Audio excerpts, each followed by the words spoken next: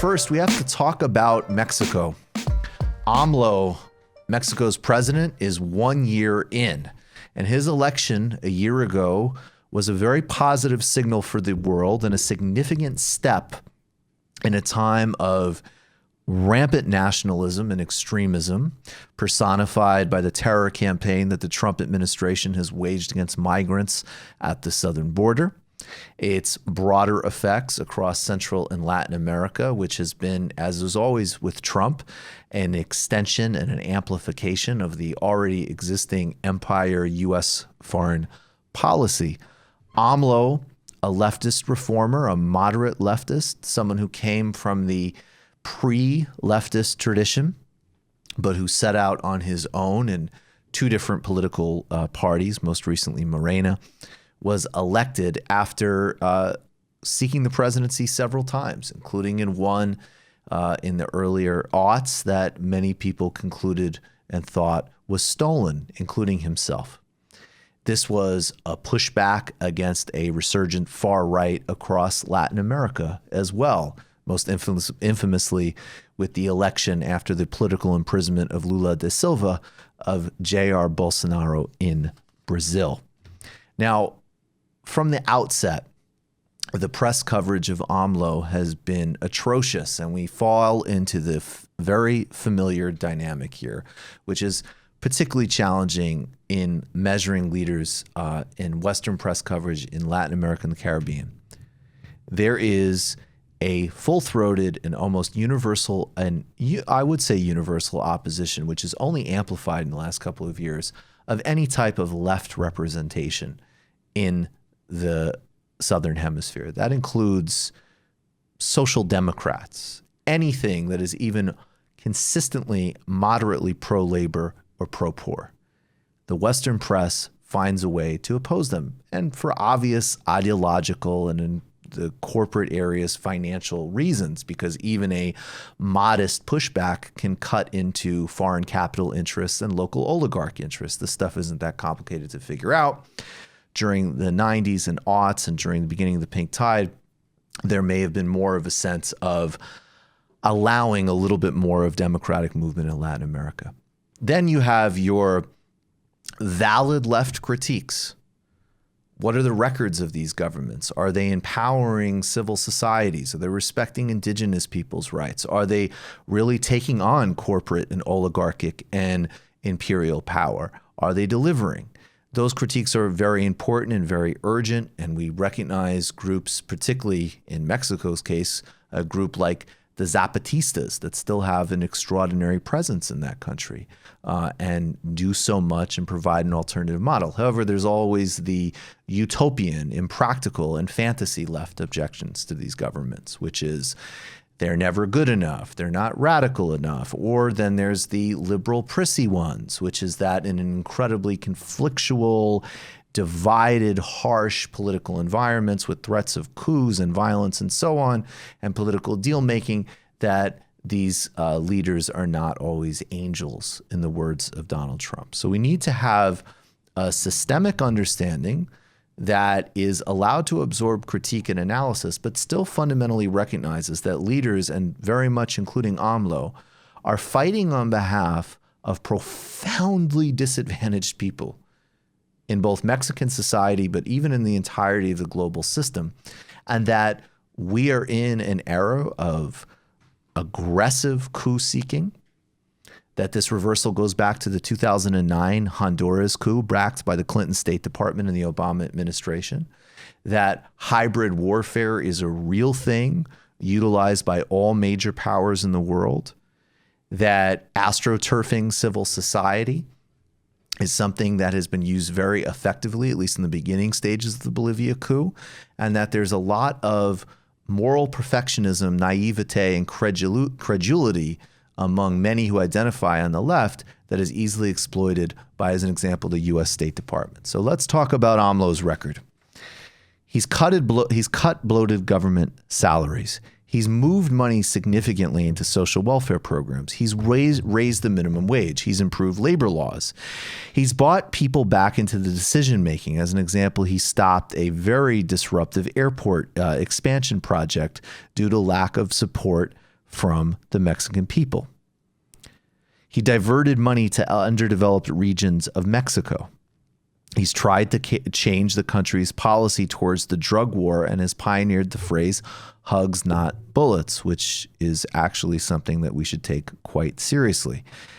And his approval rating hovers at a bit over 60%. So by most normal standards, this is a first year with some very significant successes, particularly if your main interest is in the actual citizenship of the country, particularly those most disenfranchised.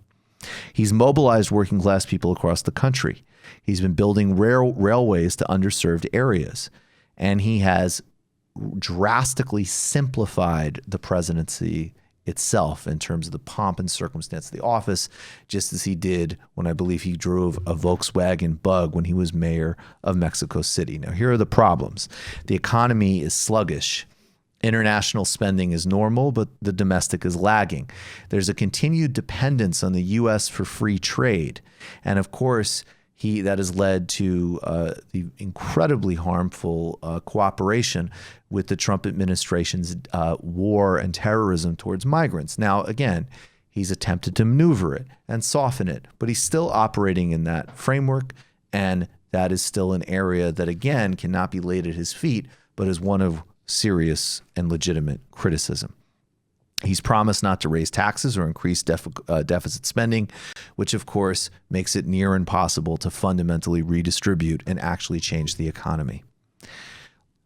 Now, back in the positive, he's granted asylum to Evo Morales after the coup in Bolivia. He said Evo was a victim of a coup d'etat and that we from Mexico tell the world yes to democracy, no to militarism. He also objected to coup efforts that the U.S. pushed aggressively in Venezuela. And here are some more things to spell out, drawing the thread between AMLO and Evo, who's so much in our minds right now as right-wing paramilitaries go across Bolivian society, terrorizing people, and the incredible resiliency of resistance networks in Brazil and Bolivia continue to marshal against that country's coup.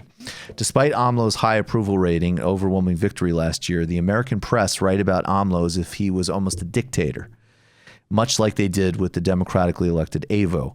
A Washington Post headline says AMLO, quote, AMLO is Mexico's strongest president in decades. Some say he's too strong. Relying on commentary from former right-wing government officials, the WAPO implies that there's something sinister about an elected leader with a huge mandate working to change their country. Similar claims about environmental concerns were levied against Evo. Never a concern for the PAN, the Conservative Party, or certainly the PRI, the old Institutional Revolutionary Party, were made against AMLO. Now, again, are there legitimate environmental criticisms of both? Absolutely. Are there legitimate criticisms from the perspective of indigenous communities? Absolutely. But first we need to distinguish the grounded and smart critiques from the naive and delusional ones. And then even as we make the smart and rigorous ones, we need to make sure that they are not marshaled by reactionary forces in the U.S. and Mexico like they were so horrifically in Bolivia. The New York Times, The Guardian, and other Western sources are engaging in similar hand-wringing about the weakness of the opposition. Let's remember that this opposition worked so hard to create multiple systems of exploitation and corruption in Mexico, including a U.S.-empowered drug war that has turned some areas of Mexico into some of the most dangerous places on earth, in addition to, in the post-NAFTA world, displacing farmers, operating sweatshops, and accelerating the cartel business. AMLO's trying to create some new paradigms and dynamics in Mexico. It will be difficult as long as he's limited in his ability to fund government programs because of his commitment not to raise taxes, which of course he should attempt to do to reclaim wealth from the wealthy in Mexico who've stolen so much, or to increase deficit spending, which is necessary. In fact, AMLO has been conciliatory to the global capitalist order, but this is not enough for Beltway pundits. And while AMLO houses Morales from a disgusting racist coup government, The American media is turning the same ammunition against a Mexican president who's dared to stand up for the poor. You guys have anything to add? I mean, it's ridiculous when you see the same script over and over replayed.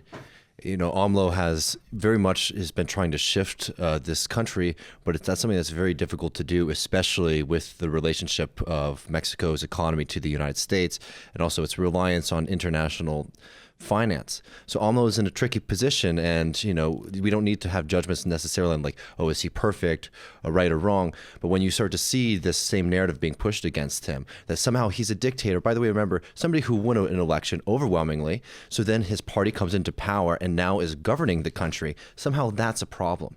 And it's a very strange anti-democratic idea that the people can't decide who their own leaders are, and when those people come into power, that they shouldn't implement the mandates of that they ran on.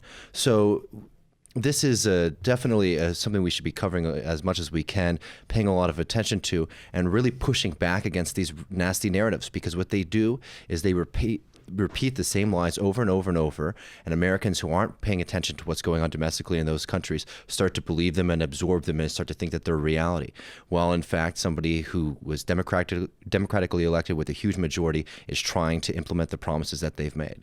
Absolutely. And two just other quick things. We have a little bit of time to explore this. I think it's amazing to me that you go back and you think of, I always think of this it's so stupid and crude, but Thomas Friedman, the sort of, he's less trendy now, but just, still one of the grand poobah morons of, the U.S. McWorld. In the late 90s, because we also should honor that this is the 20th anniversary of the Battle of Seattle, which was an incredible moment of protests against the WTO, and a true act, by the way, of global justice and globalization of solidarity and ecology.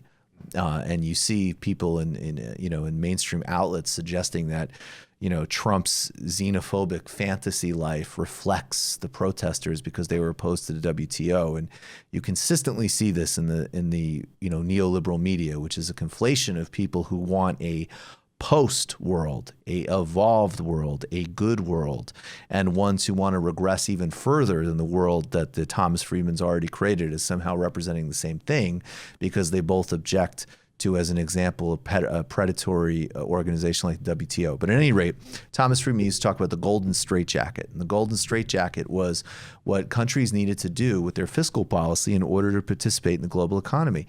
That's fundamentally and very, he wouldn't use this language, but everybody understood that was anti-democratic.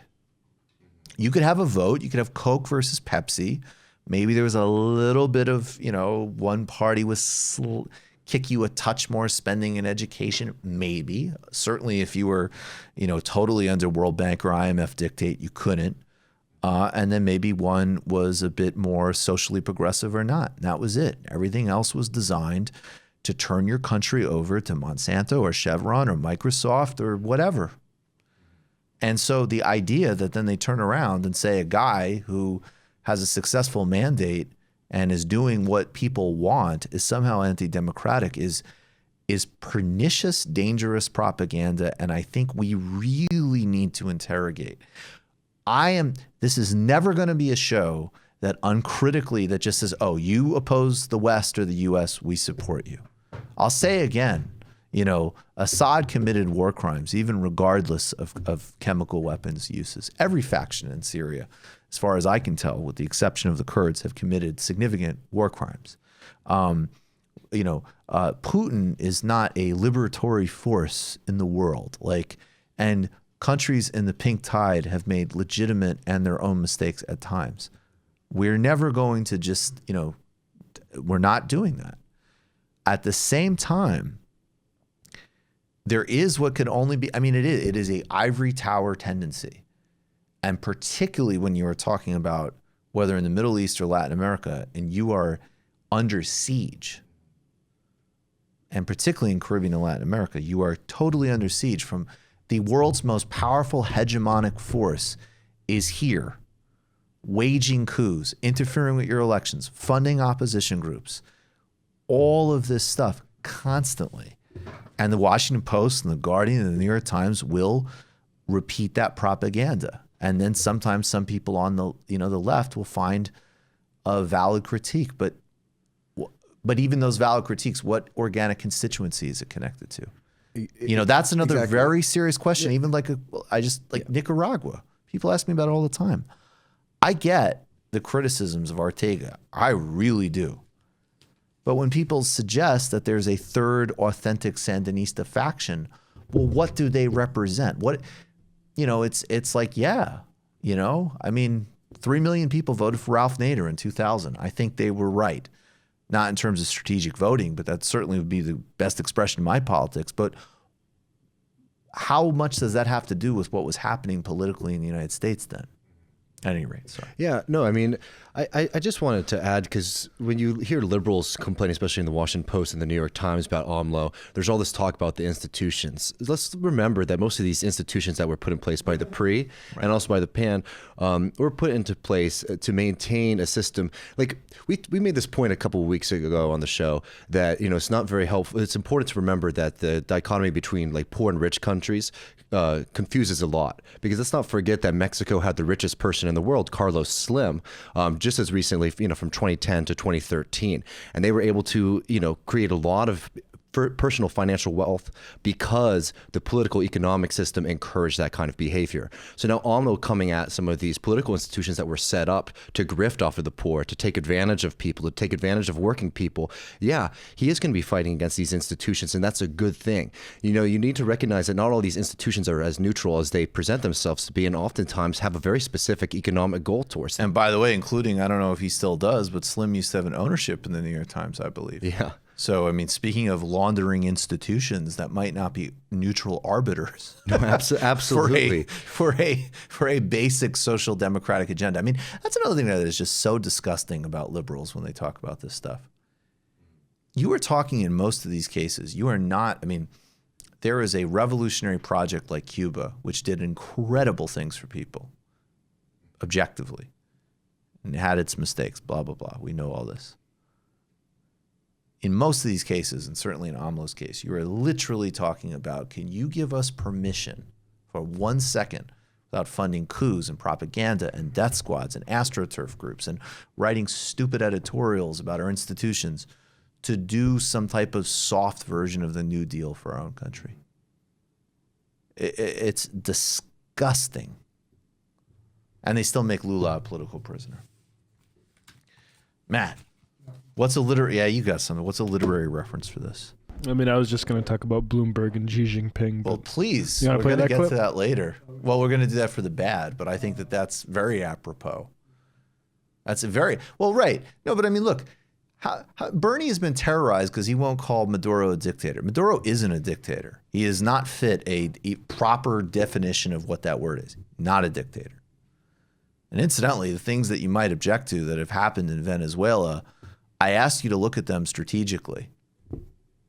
Yeah, they've cut some terrible. They absolutely have worked with predatory military and narco networks. Maybe one of the big reasons that they haven't been deposed in a CIA coup. Sorry, guys, this is politics. Let's be real. And by the way, look, Xi Jinping has centralized a huge amount of personal power in China. There's no doubt about it. But you could still even argue that it's more of a collective system than an individual system, if you want it to be more academically precise about China. But Bloomberg can just sit there and be like, I don't think it's a dictatorship. They do opinion polls. What? There are a lot more democratic operations happening in Venezuela than China, I could assure you. Did you hear about the guy who IM'd into Majority Report saying that your positive references towards Castro make it difficult to reach out to refugees of Castro's Cuba? And I think about that. Look, and I have been looking to develop more contacts in the Miami cocaine trade. Sorry. Jesus Christ. My thing is like, you look at what happened to Morales, you look at what's happened to leaders in Latin America generally. It's like, yeah, you can't defend every individual act of violence that was carried out in the name of the Cuban Revolution. At the same time, it has longevity. And I don't know, it's a difficult world we live in, but I would say maybe the best audience for TMBS isn't those parents. It isn't, but I also ask. I mean, it's so funny because I don't like woke scolds. I don't like black or white moralists, and I don't like. Look, if somebody said Fidel Castro created a utopia and he never abused people's rights and they didn't suppress books and they didn't, by the way, until quite recently, relatively speaking, have some atrocious policies on AIDS and gay people, and people weren't silenced because of what they thought. And that's something obviously I oppose. And some people who fled, not all of the people who fled were, Batista oligarch CIA gangsters. Of course, there were innocent people who fled. I can acknowledge every single one of those things.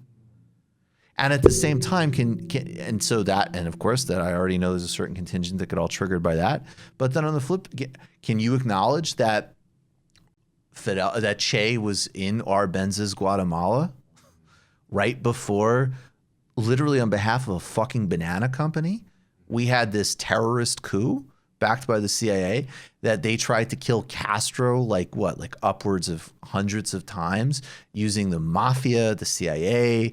I mean, that, and also, by the way, that US backed regimes like in the Dominican Republic or Haiti delivered absolutely nothing for their people.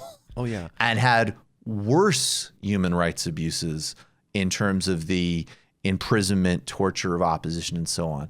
And that the Cuban Revolution and Castro represent hope for a big part of the world, because literacy, healthcare, and because a little island fought off U.S. imperialism, sent amazing troops to fight for liberations in Angola and South Africa, and even when they were totally marginalized in the 90s, was still just a voice against a hegemonic world system that destroys people's lives on a daily basis. I just want to acknowledge all of that. That's all I want. That's all I want. I'd also just add that Castro was a critic of Castro, even up and toward absolutely. At the end of his life. If you read anything. Yeah, he really, especially towards the end of his life, he really went through a lot of the, early mistakes of the revolution and gave clarification for it. I mean, obviously it's coming from him, but this was a society that was literally had a imperialist power at war with them from the get-go. So you don't make good decisions when you're always, at threat of just being completely annihilated. Well, that's what I'm saying. I mean, I'm not being flippant about Venezuela, right? Like, what would you do? What would your strategic position be? Right. And then look, there's a whole other conversation. I mean, Eva Gollinger, who's amazing on that. Yeah, she says, look, there was a lot of pre-existing state apparatus for corruption, which was never cleaned up and is a systemic problem. There's a reliance on oil, which is a systemic problem definitionally in terms of scarcity of resources and global ecology. And at the same time, you have, at least under Chavez, you've radically cut poverty. You've really improved the lives of a lot of people. You know that since at least 2002, the United States has been trying to remove you. You know there's a massive band of oligarchs that will remove you. And then you have a military. Well, what do you do? I mean, honestly, these are real questions. They aren't just I think these are some real questions in the context of the United States. I mean, I think, I think that some of the things around how the Democrats, obviously mainstream Democrats, are so empowering of the intelligence and defense agencies and have used this process against Trump to support some incredibly bellicose policies in Eastern Europe is dangerous to the extreme. And at the same time, on a relative political level, this guy needs to be destroyed politically. So how do you work in alliance with people? What's strategically effective? What isn't strategically? I mean, politics is always an interplay between these things. And what I find is that a lot of people, some people go to either purely strategic groups, and that's a problem because they have no compass, or people are all compass with no strategy. But then the other problem is that then it's, compass for one thing, and there's no critical awareness of anything else. And that's increasingly the case, that you just can't say, people get triggered by a critical comment about everything, including, examples that are just embarrassing, right? I think it's urgently important than the United States that we have a way more smart and sophisticated conversation about Iran, China, and Russia that have a much deeper understanding of how those places work, what their legitimate grievances are, and what their successes may or may not have been. Now, if you think that those are anti-imperialist socialist utopias charting us in a just, ecologically balanced world, you're fucking delusional.